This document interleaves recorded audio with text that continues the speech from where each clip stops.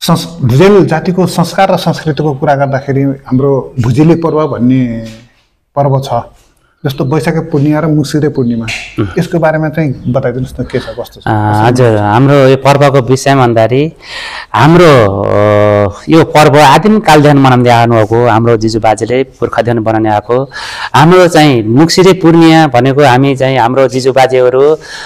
लेखबाट हाम्रो पहिला हाम्रो त बसोबास लेखमा थियो अरे हामी अब है लेखबाट तल झर्दाखेरि हामीले चाहिँ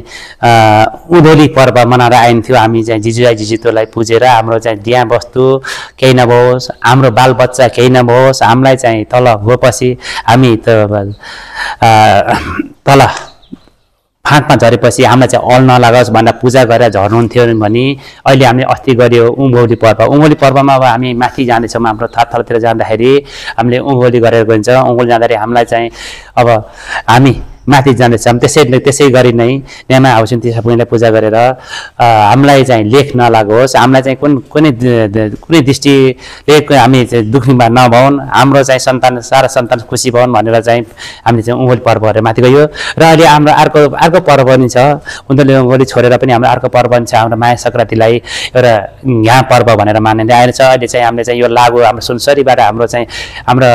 बेस्ट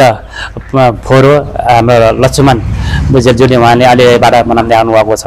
अब मनाउँदै आउनु चाहिँ हाम्रो घ्या पर्व भनेको हाम्रो दसैँ तिहार जस्तै अरे हाम्रो चेलीबेटी इष्टमित्र बोलाएर आफ्नो घरमा चाहिँ मजाले मिठो मिष्टान्न भोजन पकाएर खाने रमाइलो गर्ने पर्वको रूपमा एउटा घ्या पर्व मानिएको छ मैले अलिकति अगाडि नै जान चाहेँ अघि हामीले भने उभौली पर्व र उधौली पर्व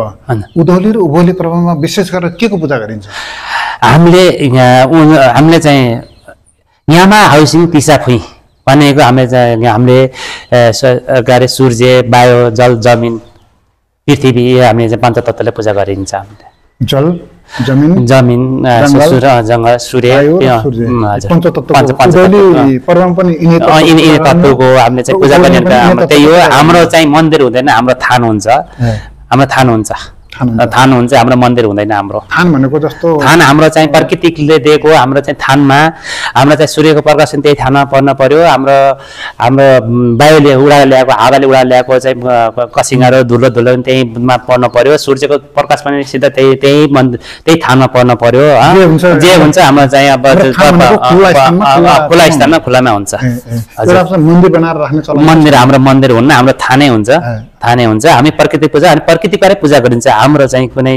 जगमगक हुँदैन हाम्रोमा